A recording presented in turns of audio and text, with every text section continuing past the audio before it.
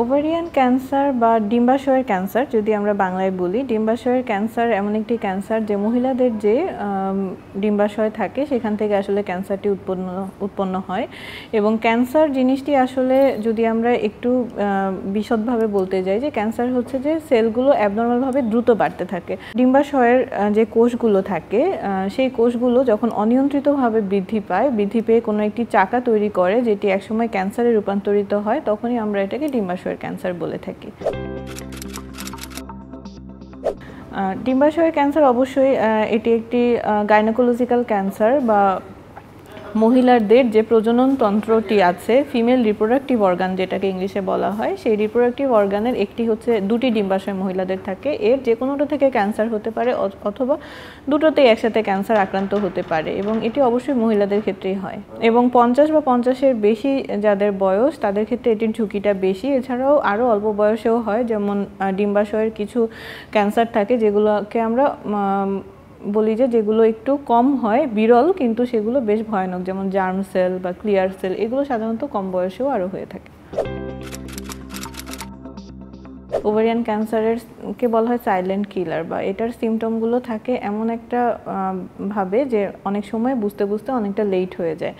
যদিও ovarian cancer বা ওভারিটা থাকে তলপেটে, কিন্তু দেখা যায় যে বেশ অনেক সময় একদম প্রথম সিমটমটাই হয় যে একটা ভেগ পেইন হতে পারে, যেটি হয়তোবা সবসময় মনে হয় না যে তলপেটের ব্যথা, অথবা অনেক সময় এক্সট্রিম ফ্যাটিক থাকে, বা অনেক সময় খুব দুর্বলতা, ক্লান্তি লাগা, খাবার দাবার হজম না হওয়া, অল্প একটু খেলেই মনে হওয়া যে পেট ভরে যাচ্ছে, এরকম এই ধরনের সিমটমই কিন্তু ওভারিয়ান ক্যান্সারের একেবারে আর্লি সিমটম। এবং এই সিমটমগুলো আস্তে আস্তে বাড়তে দেখা যায় যে তলপেটে অনেক সময় তীব্র ব্যথা অনুভূত হয়, অনেক সময় পেশাব পায়খানা বা বায়োল রিলেটেড সিমটম আমরা যেটা বলি, অনেক বেশি ঘন ঘন পেশাব হওয়া, বা বাথরুম দেখা যায় বাথরুমের যে স্বাভাবিক বৈশিষ্ট্যটি থাকে বা মানুষের যে প্রতিদিন যার যেটি বাথরুমের বাওয়েল হ্যাবিট যেটা আমরা বলি, তার যে বৈশিষ্ট্যটা থাকে সেটা পরিবর্তন হয়ে যায়। কারো ক্ষেত্রে বেশি কনস্টিপেশন বা পায়খানা, কোষ্ঠকাঠিন্য, কারো ক্ষেত্রে অনেক বেশি ডায়রিয়া, এই ধরনের পরিবর্তন লক্ষ্য করা যেতে পারে। অনেক সময় হচ্ছে যে যখন লেট স্টেজে চলে যায় বা অ্যাডভান্স স্টেজে চলে যায়, তখন পেট ফুলে যায়, পেটে পানি জমা হয়, পেটটা ভার লাগে, এবং আরও ডিস্টেন্টলি যখন মেটাস্টেসিস হয়ে যায় তখন শ্বাসকষ্ট হতে পারে ফুসফুসে পানি আসার কারণে, অথবা হাড়ের রোগটা ছড়িয়ে পড়লে হাড়ে বোন পেইন হতে পারে বা হাড়ের বিভিন্ন জায়গায় হতে পারে। এরকম আসলে সিমটমগুলো আর্লি স্টেজে থাকলে একরকম, আবার অ্যাডভান্স স্টেজ বা পরবর্তী ধাপে চলে গেলে আরেক ধরনের এই ধরনের সিমটমগুলো হতে পারে। চিকিৎসা আসলে ওভারিয়ান ক্যান্সারের চিকিৎসা আসলে নির্ভর করে সম্পূর্ণটাই স্টেজের উপরে। ক্যান্সারটি কোন স্টেজে আছে এটার উপরেই আমরা আসলে চিকিৎসাটি নির্ধারণ করি। যেমন স্টেজ যদি আমরা ইন জেনারেল বলতে চাই, যে আর্লি স্টেজ থাকে, অ্যাডভান্স স্টেজ থাকে, এবং আর্লি স্টেজ সাধারণত গ্রসলি 4টা স্টেজে ভাগ করা হয়। এর মধ্যে দেখা যায় যে প্রথম স্টেজে যদি থাকে তাহলে হচ্ছে যে অপারেশনই ওভারিয়ান ক্যান্সারের প্রথম চিকিৎসা হয়। কিছু ক্ষেত্রে খুবই আর্লি স্টেজে বা বর্ডার লাইন ওভারিয়ান ক্যান্সার থাকলে অনেক সময় অপারেশন ছাড়া আর কোনো ট্রিটমেন্টই লাগে না। কিন্তু যখন স্টেজটা একটু প্রোগ্রেস হয়ে যায়, মানে ক্যান্সারের কোষগুলো ওভারি বা ডিম্বাশয় থেকে বের হয়ে সেটি পেটের বিভিন্ন জায়গায় চলে যায়, তখনই আসলে কেমোথেরাপির রোলটি আসে। কেমোথেরাপি দিয়ে রোগটাকে ছোট করে নিয়ে, বা নিউ অ্যাডজুভেন্ট কেমোথেরাপি যেটাকে বলা হয়, দিয়ে ছোট করে নিয়ে তখন আমরা সার্জারিতে যাই, বা ইন্টারভাল ডিবাল্কিং সার্জারি যেটা বলা হয়, এবং এরপরে আবার কেমোথেরাপি দেওয়া হয়। সাধারণত 6 থেকে 8টি কেমোথেরাপি ওভারিয়ান ক্যান্সারের রোগীদের ক্ষেত্রে দেওয়া হয়। সেটাও স্টেজের উপর আসলে অনেকটুকু নির্ভর করে। এছাড়াও আছে হাইপ্যাক বা ইন্ট্রাপেরিটোনিয়াল কেমোথেরাপি রোল আছে। অপারেশন করে পেটের ভিতরেই অনেক সময় কেমোথেরাপি একই সেটিংয়ে দিয়ে দেওয়া হয়, অথবা এখানে টার্গেটেড থেরাপি, বর্তমানে ইমিউনোথেরাপিরও কিছু রোল আছে। ট্রিটমেন্টে যেসব কেমোথেরাপি, ইমিউনোথেরাপি, টার্গেটেড থেরাপি যেসব আছে ওভারিয়ান ক্যান্সারের, সেগুলো আসলে বাংলাদেশে এখন মোটামুটি সবই অ্যাভেলেবল। ইন্ট্রাপেরিটোনিয়াল কেমোথেরাপিটা হয়তোবা সবসময় দেওয়া পসিবল হয় না, কিন্তু মোটামুটি সব চিকিৎসাগুলোই অ্যাভেলেবল। তবে আমাদের দেশে আসলে ওয়ান স্টপ সার্ভিস কিছুটা ঘাটতি রয়েছে। যেমন একই হাসপাতালে সবগুলো চিকিৎসা, অপারেশন থেকে শুরু করে কেমোথেরাপি পর্যন্ত, এটির অ্যাভেলেবিলিটি যদি আরও বাড়ানো যায়, তাহলে যারা চিকিৎসা নিচ্ছেন তারা অনেক সময় একটি থাকে যে দেশের বাইরে আমি চিকিৎসা নিব, সেক্ষেত্রে রোগীদের দেশের বাইরে চিকিৎসা নেওয়ার প্রবণতাটা কমতে পারে, এবং দেশের চিকিৎসার উপরে তারা আর একটু বেশি আস্থা হয়তো বা পেতে পারেন। ওভারিয়ান ক্যান্সার যখন অপারেশন করা হয় আসলে প্রথমেই এটা একটা ফিমেল রিপ্রোডাক্টিভ অর্গান এবং এটি যখন ফেলে দেওয়া হয় তখন যদি সেই মহিলাটি তার রিপ্রোডাক্টিভ এইজে থাকেন, বিশেষ করে তার বয়স যদি 30 থেকে 40-এর মধ্যে হয় বা একটু কম হয়, তখন তিনি তার প্রজনন ক্ষমতাটি হারান। তো সেক্ষেত্রে সাইড এফেক্ট অবশ্যই প্রথমে এটা আসে যে যদি দুটো ওভারই ফেলে দেওয়া হয় তাহলে হচ্ছে তার আর ভবিষ্যতে গর্ভধারণের সম্ভাবনা থাকে না।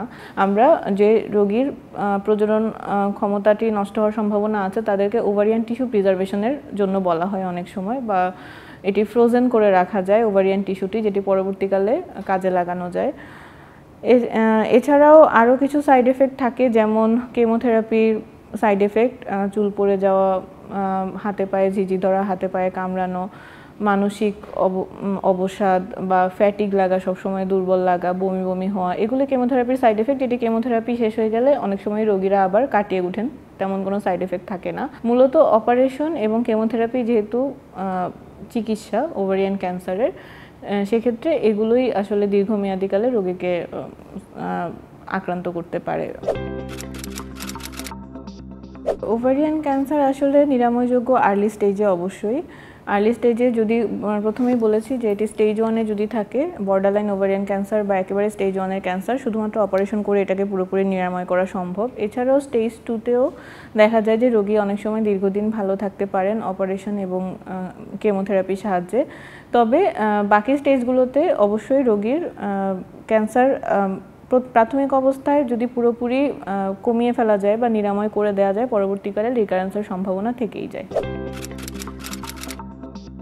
আসলে আমরা তো ডাক্তার হিসেবে ক্যান্সার রোগীদেরকে রোগীর কী স্টেজে আছে, কী চিকিৎসার খরচ কেমন হতে পারে, চিকিৎসার সাইড এফেক্ট কী হতে পারে, সবগুলো কাউন্সিলিং বা সবগুলো চিকিৎসা রিলেটেড যে কথাগুলো আমরাই সাধারণত বলে থাকি, ডাক্তাররাই বলে থাকেন, বিশেষ করে তার যিনি ক্যান্সার বিশেষজ্ঞ চিকিৎসা দিচ্ছেন। কিন্তু আসলে এর বাইরেও রোগীদের ক্যান্সার চিকিৎসার ক্ষেত্রে দরকারি যেটি যে সাইকোলজিক্যাল কাউন্সিলিং যেটা বলা হয়, বা তার সাইকোলজিক্যাল কন্ডিশনটা অ্যাসেস করা, যেটি আমাদের দেশে আসলে বেশ ঘাটতি রয়েছে। বাইরের দেশগুলোতে প্রতিটি ক্যান্সার সেন্টারে একজন সাইকোলজিস্ট থাকেন, যিনি বিভিন্ন ক্যান্সারের স্টেজে ক্যান্সার রোগীর মানসিক অবস্থাটা নিরূপণ করেন এবং সেই অনুসারে তাকে বিভিন্ন ধরনের সেশন বা মাইন্ডফুলনেস টেকনিক, তাকে পদ্ধতি শেখান। বাংলাদেশে আসলে এই জিনিসগুলো এখনও এতটা স্ট্যাবলিশ না। বিভিন্ন ক্যান্সার যারা বড় হাসপাতাল তারা এই জিনিসগুলো যদি অ্যাডাপ্ট করে বা এই পদ্ধতিগুলো রাখে, তাহলে রোগীদের জন্য আসলে মানসিকভাবে ক্যান্সারকে মোকাবেলা করতে অনেকটা রোগীরাও অনেকটা সহায়তা পায়। আর সবচেয়ে বড় কথা হচ্ছে যে যারা পরিবারের সদস্য, তাদের অবশ্যই ক্যান্সার রোগীর পাশে থাকতে হবে, তাকে বিভিন্ন সময়ে মানসিকভাবে সাপোর্ট দিতে হবে, যাতে সে এই যে ক্যান্সারের যে জার্নিটা, কষ্টসাধ্য যে সংগ্রামটা ক্যান্সারের বিরুদ্ধে, সেটি যেন সে ভালোভাবে কাটিয়ে উঠতে পারে আসলে।